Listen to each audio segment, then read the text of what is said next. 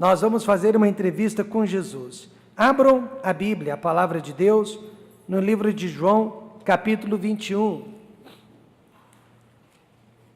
Hoje, mais do que nunca, os alunos do discipulado cristão, eles estão convencidos que a Bíblia é a palavra de Deus.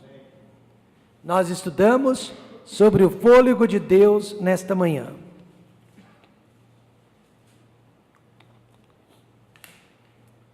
João capítulo 21, e se você não se importa, vamos nos colocar em pé mais uma vez. João 21, a partir do versículo 15.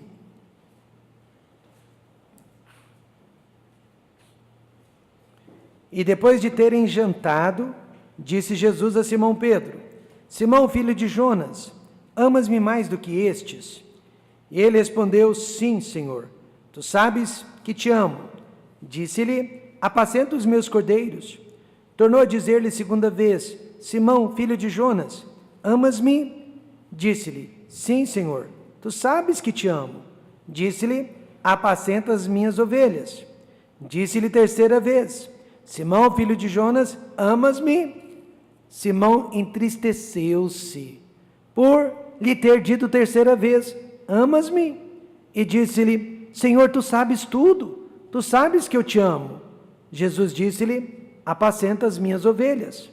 Na verdade te digo, que quando eras mais moço, te cingias a ti mesmo e andavas por onde querias. Mas quando já fores velho, estenderás as tuas mãos, e outro te cingirá e te levará para onde tu não queiras. E disse isto, significando com que morte havia ele de glorificar a Deus. E dito isto, disse-lhe: segue-me. E Pedro, voltando-se, viu que o seguia aquele discípulo a quem Jesus amava, e que na ceia se recostara também sobre o seu peito, e que dissera: Senhor, quem é que te há de trair? Vendo Pedro a este, disse a Jesus: Senhor, e deste, que será? Disse-lhe Jesus: se eu quero que ele fique até que eu venha, que te importa a ti? Segue-me tu. Divulgou-se, pois, entre os irmãos este dito, que aquele discípulo não havia de morrer. Jesus, porém, não lhe disse que não morreria, mas, se eu quero que ele fique até que eu venha, que te importa a ti? Este é o discípulo que testifica destas coisas e as escreveu, e sabemos que o seu testemunho é verdadeiro. Há, porém, ainda muitas outras coisas que Jesus fez, e se cada uma das quais fosse escrita, cuido que nem ainda o mundo todo poderia conter os livros que se escrevessem. Amém. Pai querido e glorioso, precisamos de uma entrevista com Jesus nesta manhã, através deste texto, através, ó Pai, desta história. Precisamos de uma entrevista com o seu Filho. Permita que Ele esteja conosco. Permita, Pai, que Ele fale aos nossos corações. Use esta palavra para sanar nossas dúvidas, para nos encorajar, para transformar nossas vidas, pensamentos e desejos. Permita, Pai, que Sua palavra entre em nós e ela fique em nós nesta manhã. No nome de Jesus. Amém. Podem se sentar. Certo jovem, por 3 ou 4 anos consecutivos, se eu não me engano, chorava muito em nossos acampamentos. Ele clamava pela misericórdia de Deus. Ele estava viciado em drogas e não conseguia vencer aquele vício, por mais que tentasse. Foi para as clínicas de repouso, mas não conseguia. Ele foi medicado, mas não conseguia. Ele tinha o apoio da família, mas não conseguia. E todos os anos ele chorava, ele confessava aquele terrível pecado em sua vida. Mas depois de algumas semanas, ou pelo menos depois de um mês, ele voltava a cair no mundo das drogas novamente. Certa vez o seu pai, desesperado, sem saber mais o que fazer, pegou uma arma de fogo e deu na mão daquele filho e disse: tire a sua vida agora, porque eu e a sua mãe não suportamos mais ver você morrendo aos poucos. Melhor que você morra de uma vez do que ir se matando aos poucos, como você está fazendo. Claro que aquele pai agiu de forma errada, aquele pai agiu de forma impensada, mas imagine a aflição daqueles pais, imagine a dor daqueles pais, sem saber mais o que fazer pelo filho. Naquela hora o jovem chorou muito, e ele percebeu a dor, o sofrimento que ele realmente estava causando na vida de seus pais. Sem saber mais o que fazer, ele correu para a estância, para uma chácara, que ficava a alguns quilômetros de distante da cidade. E lá ele ficou sozinho por um mês. E durante o dia e durante a noite, ele apenas orava e lia a Bíblia. Lia a Bíblia e orava. Orava e lia a Bíblia. Isso ele fez por 30 dias.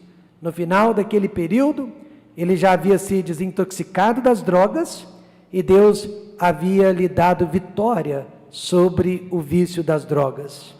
Ele saiu daquela chácara para nunca mais usar drogas. E hoje, depois de muitos anos, ele é um advogado muito bem sucedido na sua cidade e um dos líderes e pregadores de sua igreja.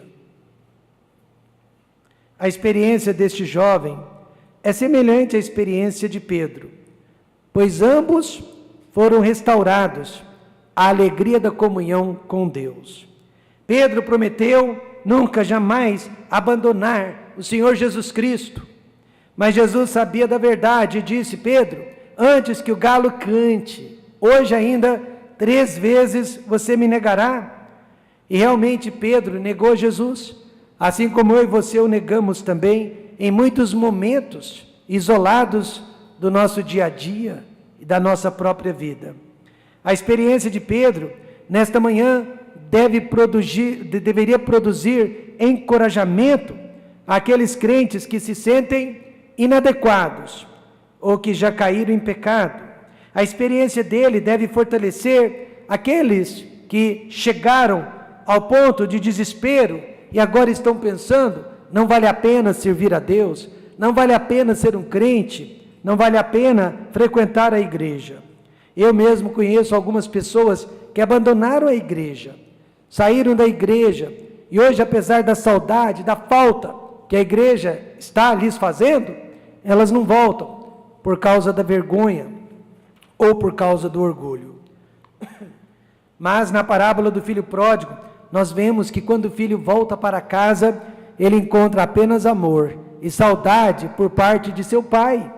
E assim também, irmãos, quando o crente consegue voltar para casa, ele deve ser recebido com amor. O pai do filho pródigo disse: mas era justo alegrarmos-nos e folgarmos, porque este teu irmão estava morto, e reviveu e tinha se perdido e achou-se. Portanto, não é motivo de vergonha, mas de alegria, a restauração da nossa comunhão com Deus. E assim como Pedro, todo crente verdadeiro deveria desejar restauração com Deus. Ele não deveria dormir, ele não deveria pensar, ele não deveria conseguir viver sem primeiro ser restaurado com o seu Deus. Mas assim como Judas Iscariotes, Alexandre o latoeiro e Diótrefes, esses são 3 personagens bíblicos que jamais voltariam para o caminho de Deus, porque jamais estiveram nele. Então, o que levou Pedro, ele que era o porta-voz de todos os discípulos, talvez o mais corajoso dentre os 12, a negar o Senhor Jesus Cristo? Eu diria que os mesmos motivos que levam você e eu a negarmos Jesus Cristo também, as mesmas razões que levam centenas, se não milhares de crentes a abandonarem as suas igrejas todos os dias, aqui no Brasil e por este mundo afora. A primeira razão é a desilusão. Pedro se desiludiu, e muitas pessoas, irmãos, estão entrando hoje na igreja ou na carreira cristã iludidas quanto ao verdadeiro significado do cristianismo. Elas acham que a vida cristã será um mar de rosas. Estão atrás de bênçãos materiais, emocionais, espirituais e físicas. E quando as suas orações não são atendidas, não são respondidas de acordo com a expectativa delas, essas pessoas ficam desiludidas com a igreja, com a religião, com o caminho de Deus. Jesus disse em Mateus 13, o que foi semeado em pedregais é o que ouve a palavra, logo a recebe com alegria, mas não tem raiz em si mesmo, antes é de pouca duração. E chegada a angústia e a perseguição por causa da palavra, logo se ofende. Jesus garante, meus irmãos, que haverá perseguição, que haverá angústia. E a única maneira de passarmos por isso, sem negar a fé, é ter certeza que a raiz é profunda. Amém, irmãos? É ter certeza que a raiz não sai facilmente. Mas é certeza que haverá angústia, perseguição na vida de um cristão. Veja, em primeiro lugar, Pedro ficou desiludido com a prisão de Jesus Cristo. Então Simão Pedro, que tinha a espada, na hora que Jesus foi preso, desembainhou-a e feriu o servo do sumo sacerdote, cortando-lhe a orelha direita. E o nome daquele servo era Malco. Pedro estava realmente, irmãos, disposto a morrer com Jesus Cristo. Mas desde que o partido de Jesus Cristo fosse político, desde que o partido de Cristo fosse terreno. É incrível, mas é verdade. No Brasil há partidos políticos e times de futebol que podem contar com a fidelidade de seus fiéis, com a fidelidade de seus adeptos, mais do que a igreja, a casa do nosso Senhor e Salvador Jesus Cristo. Pessoas que estão dispostas até morrerem pelos seus ideais. Pedro também estava pronto a matar, pronto a morrer por Cristo, se o partido dele fosse político. Aí Pedro descobriu que não era. Pedro finalmente descobriu que o reino de Jesus não era deste mundo. Ele e os demais discípulos esperavam que Jesus fosse libertá-los da tirania do Império Romano, mas Jesus já havia avisado, Jesus já havia dito para Pilatos, o governador: o meu reino não é deste mundo, o meu partido não é deste mundo. Se o meu reino fosse deste mundo, pelejariam os meus servos, para que eu não fosse entregue aos judeus, mas agora o meu reino não é daqui. Jesus, meus amados irmãos, está interessado na nossa salvação, Ele está interessado na transformação de nossa vida. Ele cura, Ele liberta, Ele prospera, mas este não é o Evangelho de Cristo. O Evangelho de Cristo, Ele perdoa, Ele salva, Ele transforma. Quando Pedro descobriu isso, ele ficou desiludido. Também ele ficou desiludido com o caminho de Cristo. Mateus 16, 24 diz: então disse Jesus aos seus discípulos: se alguém quiser vir após mim, renuncie-se a si mesmo, tome sobre si a sua cruz e siga-me. Então veja, o caminho que Jesus propôs era de autoabnegação, era de autonegação e serviço. Tome sobre si a sua cruz, siga-me. Mas Pedro não esperava por isso. Ele queria reinar. Pedro queria uma posição de autoridade, de privilégios. Ele não estava ali para servir, ele estava ali para ser servido. Olha que a mãe de João e de Tiago, Salomé, esposa de Zebedeu, criou a maior confusão quando ela pediu para Jesus que seus dois filhos se assentassem com ele no mesmo trono, causando ciúme e muita divisão entre os 12. O caminho de Cristo, meus amados, não significa reinar, não significa ser servido. O caminho de Cristo significa solidão, reprovação, dor e perseguição. Já imaginou se eu pregasse na rádio: venham ao Senhor Jesus Cristo, o caminho dele oferece solidão, reprovação, dor e perseguição? Ninguém viria. Mas é exatamente o que acontece quando alguém decide colocar Jesus Cristo em primeiro lugar na sua vida. Logo ele vai perceber todas essas coisas acontecendo dentro da sua própria casa. Vai perceber essas coisas acontecendo dentro da própria igreja. E dentro do seu próprio local de trabalho ou entre os seus amigos e familiares. Pedro achou que andando com Jesus, ele seria bem aceito por todos. Mas ao invés disso, o seu mestre foi considerado um malfeitor e debaixo de varas e paus, ele foi conduzido a um tribunal. Desilusão, então, é o que tem levado milhares e milhares de pessoas a abandonarem a igreja. Várias razões levam pessoas a deixarem a igreja. Foram engodadas pela pregação do evangelho falso, não querem abandonar os seus pecados, não querem renunciar o eu, ou não querem trabalhar por Cristo. Só que aqui no Templo Batista Maranata, nós não iludimos, pregamos a palavra de Deus. E a palavra de Deus diz: e de todos sereis odiados, e de todos sereis desprezados, por causa do meu nome. Quando você carrega o nome de Jesus Cristo, através da sua boca, através da sua vida, através do seu testemunho, você será desprezado pelas pessoas. Apesar de tudo isso, podemos ainda dizer com o apóstolo Paulo: mas em todas estas coisas somos mais do que vencedores, por aquele que nos amou. E isso não é ilusão, isso é verdade, nós somos mais do que vencedores. Mas este é o primeiro motivo que tirou Pedro do caminho de Deus e tem tirado tantos outros: desilusão. O segundo motivo que o levou e que leva tantos outros a fraquejar na fé foi a derrota. Não só a desilusão, mas derrota. Pedro não sabia perder, ele só sabia ganhar. Ele me lembra um amigo que eu tinha de infância, jogava muitíssimo bem o futebol. Ele, inclusive, treinava na base de juniores aqui do Comercial. Ele era um craque. Mas todas as vezes que o nosso time estava perdendo, ele saía do jogo. Não havia ninguém para substituí-lo, muito menos a altura dele. Ele era o melhor jogador, mas ele não sabia perder. E quando ele via que o nosso time estava perdendo, ele saía do jogo, nos deixando nas mãos. E alguns crentes são assim também.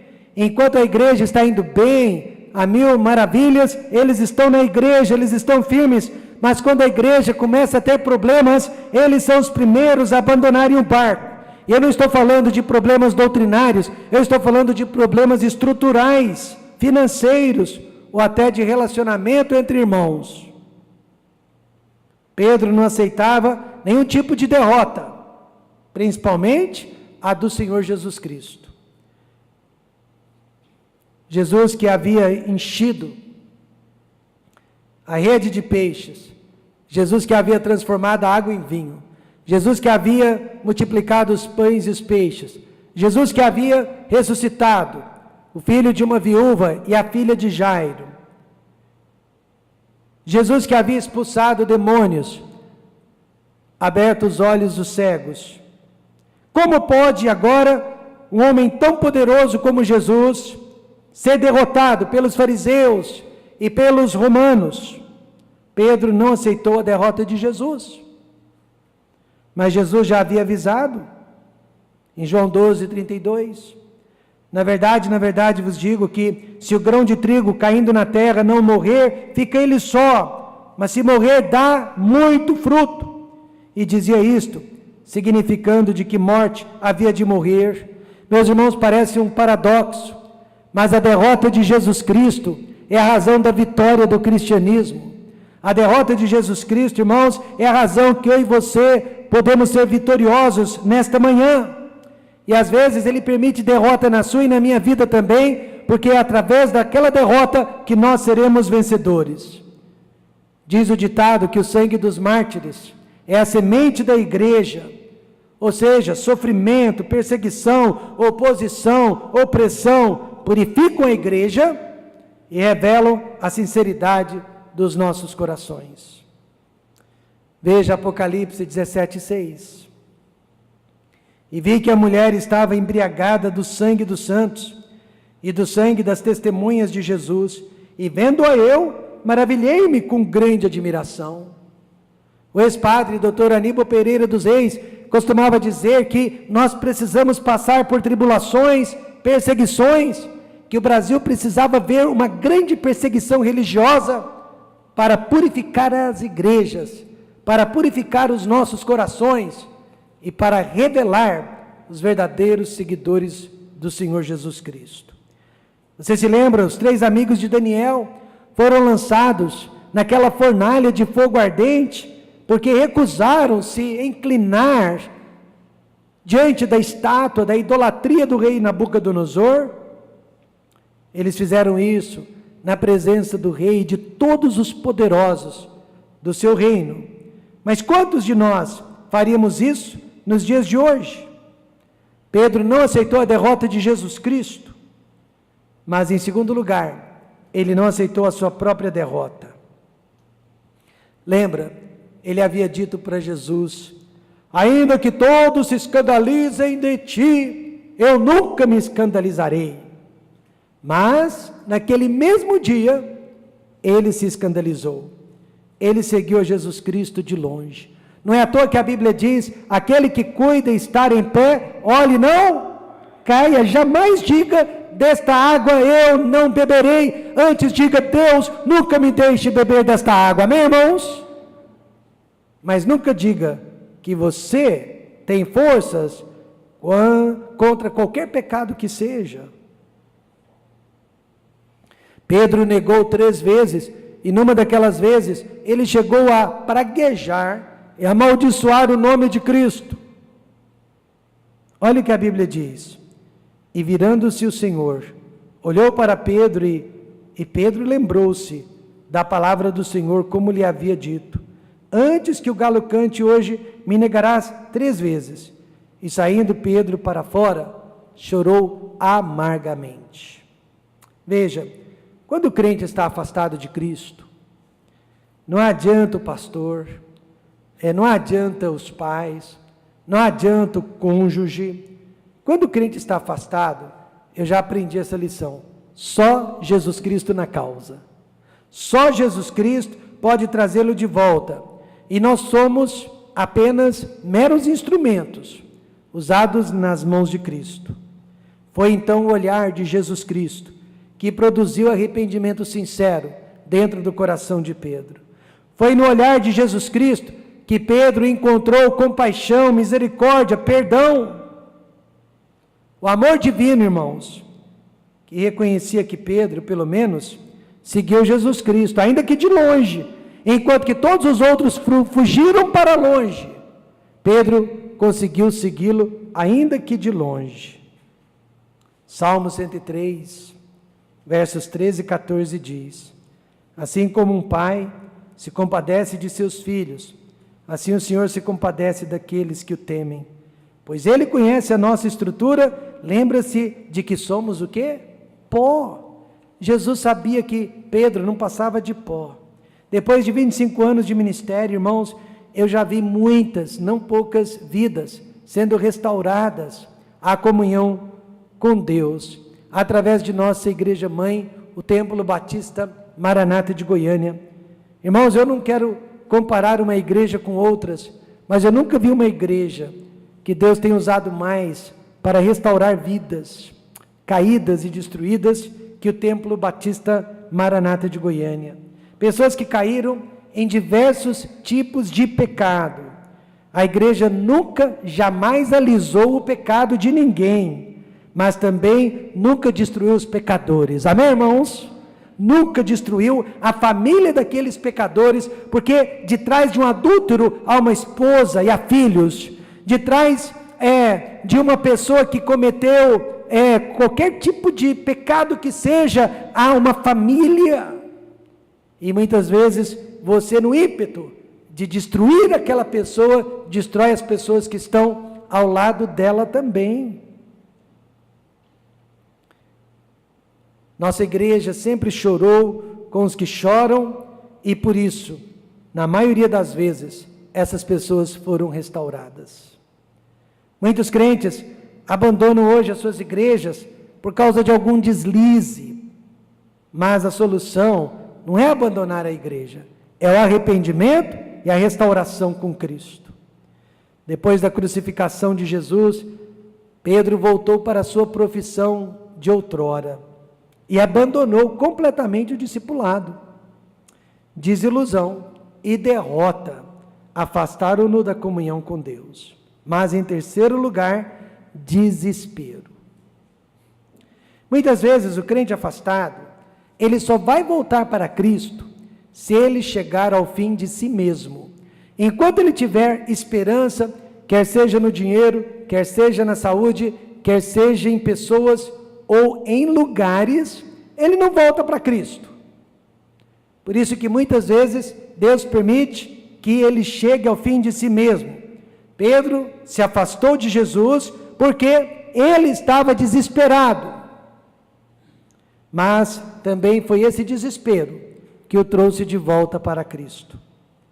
E Pedro, no meio do desespero, encontrou 4 caminhos que ele não havia encontrado antes. Primeiro, o caminho da humilhação. Cada dia que passa eu tenho mais certeza que Deus quer nos humilhar. Ou nós nos humilhemos, ou sejamos humilhados. Mas humilhação é o caminho do Filho de Deus.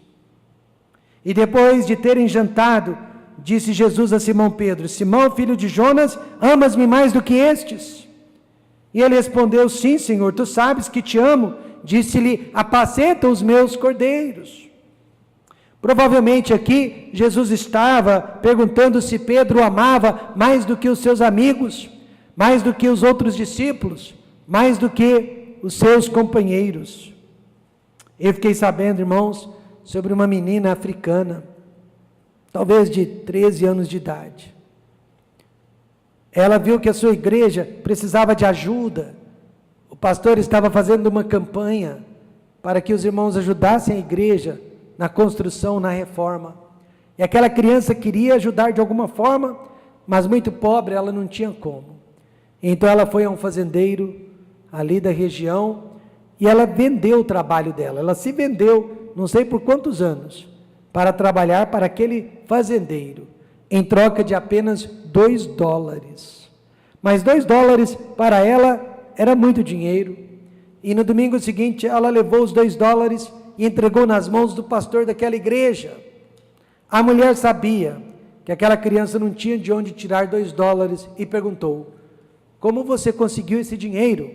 E a menina com muita alegria respondeu: eu me vendi ao fazendeiro da vila, e agora com esse dinheiro eu posso ajudar a minha igreja. Naquele momento, irmãos, a esposa do pastor começou a chorar, porque ela reconheceu que ela jamais havia se sacrificado tanto assim para Deus. Ela se sentiu humilhada na presença daquela criança. E é disso que nós precisamos nesta manhã, nos sentirmos humilhados na presença de outros irmãos e de outras pessoas que, apesar das suas dificuldades, que apesar das suas necessidades, não se afastam de Deus, não abandonam a Deus e continuam servindo a Deus da melhor maneira possível. O amor de uma pessoa por Cristo nos humilha, mas deveria humilhar muito mais ainda aquele crente que está afastado. Veja agora a diferença nas palavras do mesmo homem que havia negado a Jesus Cristo, havia praguejado o nome de Cristo. Agora ele diz, ainda que todos se escandalizem em ti, eu nunca me escandalizarei. Mas agora ele diz: tu sabes tudo, Senhor, tu sabes que eu te amo. Então a derrota dele foi em público, o seu testemunho foi desmoralizado, a sua experiência perante os demais discípulos foi humilhadora, mas mesmo assim, ele foi restaurado à alegria com Deus. Ele encontrou o caminho da lealdade, irmãos. Tornou a dizer-lhe segunda vez: Simão, filho de Jonas, amas-me? Disse-lhe ele: sim, Senhor, tu sabes que te amo. Apacenta as minhas ovelhas. Agora, essa segunda pergunta, eu acho que Jesus estava se referindo aos barcos, aos peixes, à profissão de Pedro.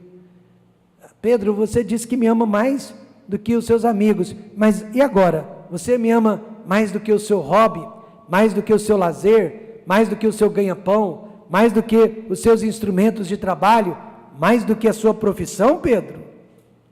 E a resposta foi mais uma vez positiva.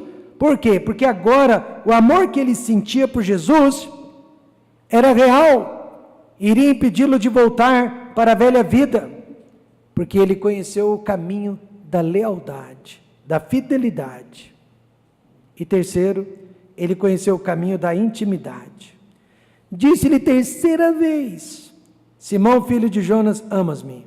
Agora ele se ofendeu, agora ele se ressentiu, porque Jesus sabia que ele havia sido sincero na primeira e na segunda vez. Por que insistir com a mesma pergunta? Jesus queria o amor somente para ele. Veja João 14, 21. Aquele que tem os meus mandamentos e os guarda, esse é o que me ama. E aquele que me ama será amado de meu Pai, e eu amarei e me manifestarei a ele. Então, nesta manhã, irmãos, a sua intimidade com Cristo será tão grande, tão real, quanto o seu amor por Jesus Cristo. Através do desespero, Pedro conheceu também o caminho da responsabilidade. Olha só o versículo 17.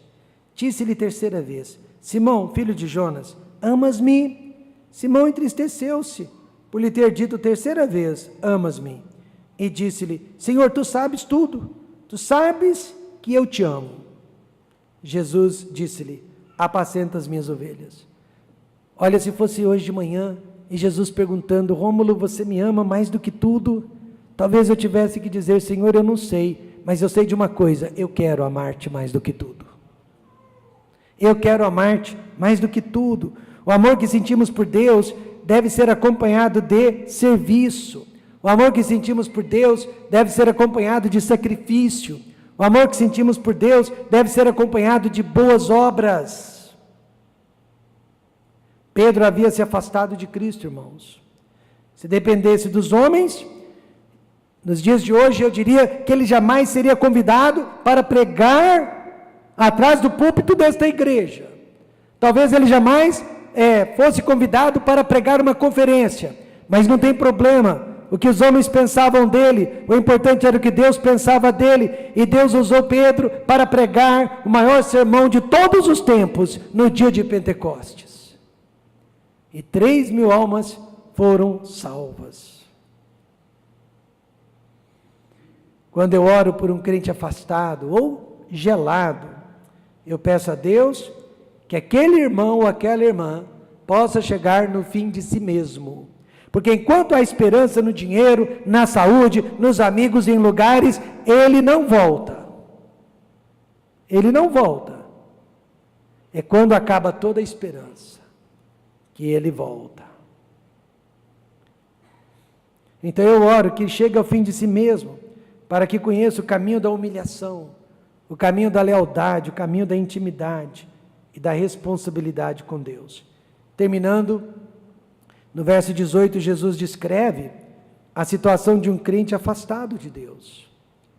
Olha o que ele diz de um crente afastado. Na verdade, te digo, que quando eras mais moço, te cingias a ti mesmo e andavas por onde querias. Mas quando já fores velho, estenderás as tuas mãos, e outro te cingirá e te levará para onde tu não queiras. É por isso que o crente, para ser afastado, ele não precisa estar fora da igreja, ele pode estar afastado dentro da igreja. O crente afastado é aquele que faz o que quer, vai para onde quer, ele decide o que quer. Mas o crente que está ao lado de Deus, ele é liderado pelo Espírito Santo de Deus. Ele não faz o que quer, mas o que Deus deseja para a vida dele.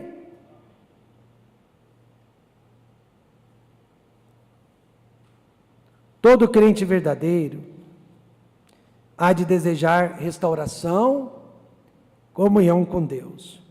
Então, nesta manhã, qual é o seu problema? Desilusão? Estou desiludido com a igreja, com o pastor ou com a vida cristã. Derrota, caí em pecado. Desespero, não sei o que fazer. seja o que for, sabe o que Jesus disse para você fazer nesta manhã? Segue-me tu. Segue-me. Você tem que se levantar nesse momento e simplesmente colocar Jesus Cristo em primeiro lugar na sua vida.